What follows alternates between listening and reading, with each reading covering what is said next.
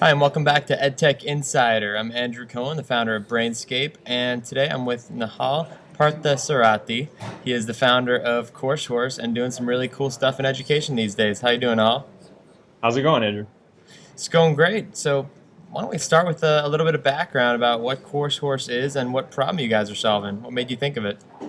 Sure. So CourseHorse is the first aggregator and marketplace for local personal interest classes. So if you're looking for a cooking class or a yoga lesson or continuing education, all of those classes that are offered by schools and small businesses and organizations locally, we work with them in order to aggregate all the classes into a single place that makes it very easy for anyone looking for that kind of class to search and enroll in those programs. So Um, right now these are classes that are already going on in the real world and they're just now having a new way of listing them. It's not they're actually teaching the class for CourseHorse specifically, correct? That's exactly right. So we harness the power of your city's existing educational resources and make them much easier to find and enroll in. Okay, so I'm guessing at this point a lot of our viewers are probably going over there and clicking around themselves, but for explanation purposes, I'm a user. I get to your website. How do I get on and look for classes? What's my experience like? Sure. So there's two types of people that come to our site. One is the somebody who already knows what kind of class they're hoping to take. So they come, they search for that class. We give them the power to filter the classes that they find by schedule, location, price, and age. And then ultimately they're able to cut that list down to a very smaller set of options that really fit their criteria. Then they click through, they can compare courses by looking at the different course profiles, teacher descriptions, pictures, and then ultimately, the enroll button is big and red. It's on the right side, and as soon as you find a class you like, you can sign up. And you pay for it there on the spot? You have an e-commerce engine built in? Correct, correct.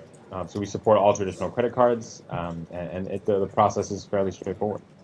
So it seems like you're making it a lot easier for students or potential lifelong learners to find classes out in the real world. What about the teachers or professors themselves? Are they having to do work to actually list on CourseHorse, or are you guys scraping some kinds of public course catalogs to just make it easier for all the different organizations? Good question. So we work with schools in a number of different ways. Some of our schools like to take control over their own listings, and we provide them with a full suite of tools that very easily makes it possible for them to go in, post their classes, manage descriptions and pictures, and all of those details. At the same time, we have some who are using larger systems that we work with them to integrate with so that we pull the information automatically. And then other schools we support, sometimes they say, look, we'll post the first classes and then, help us keep it updated over time. And so we kind of work with them to do that. And so the revenue model is basically you're sharing a cut of what the student is booking in the course fee with each other, correct? Correct, exactly that. So every time a student purchases a class, we take a percentage of the course fee. Well, it seems real scalable. Where are you guys right now in terms of penetration, just in New York and wherever else you're starting?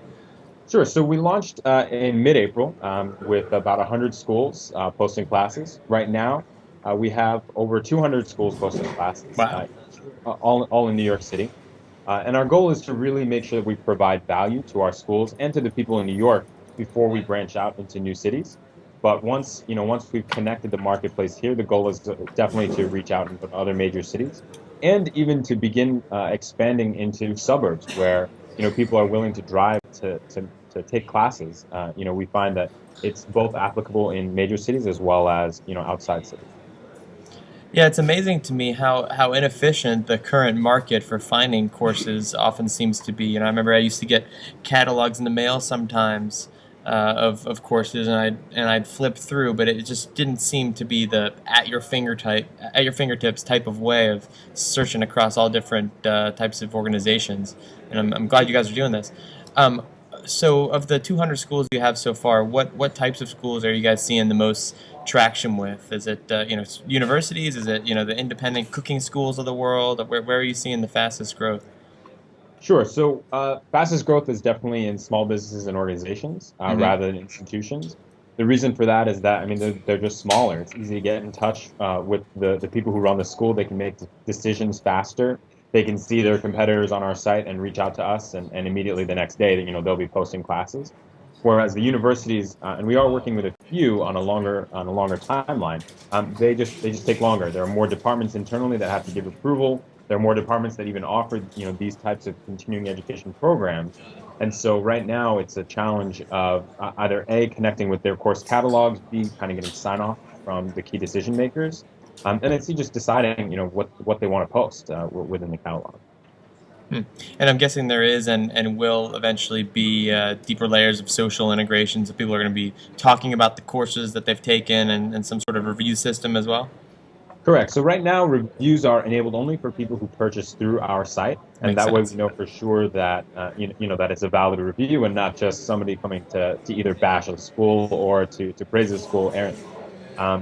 Definitely going in a social direction in the sense of allowing people to see, to sign up with friends, allowing people to see which classes their friends have already taken, and so those are definitely the social features we'll be rolling out in the next couple of months.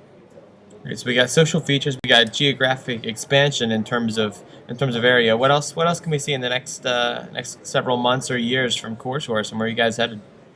Sure. So the goal, for us is to continue building the platform, make it easier and easier for people to buy classes.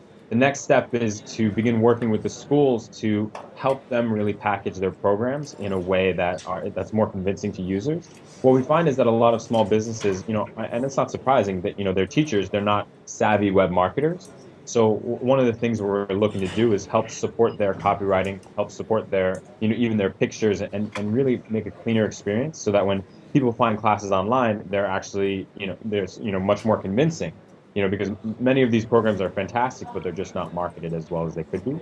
So that's definitely one aspect of the business that we're looking to expand into.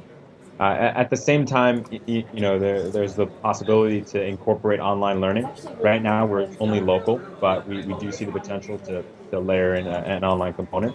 And the other thing is that right now, we don't do any tutoring or private lessons.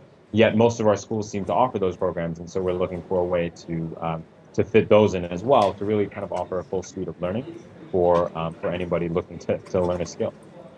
Well, I can see lots of potential partnership opportunities with different types of organizations, whether it's in tutoring or whether it's with kind of plug-in types of learning skills. So it seems like the sky's the limit, and it seems like this is great for the educators as well, as having a new market for their class and even a new and different way to get feedback on their promotion and class delivery methods. So kudos for bringing this ecosystem together.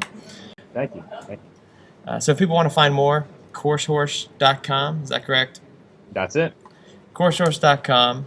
Once again, this is Nihal. I'm Andrew with EdTech Insider, and we'll see you guys next time. Thanks, Andrew.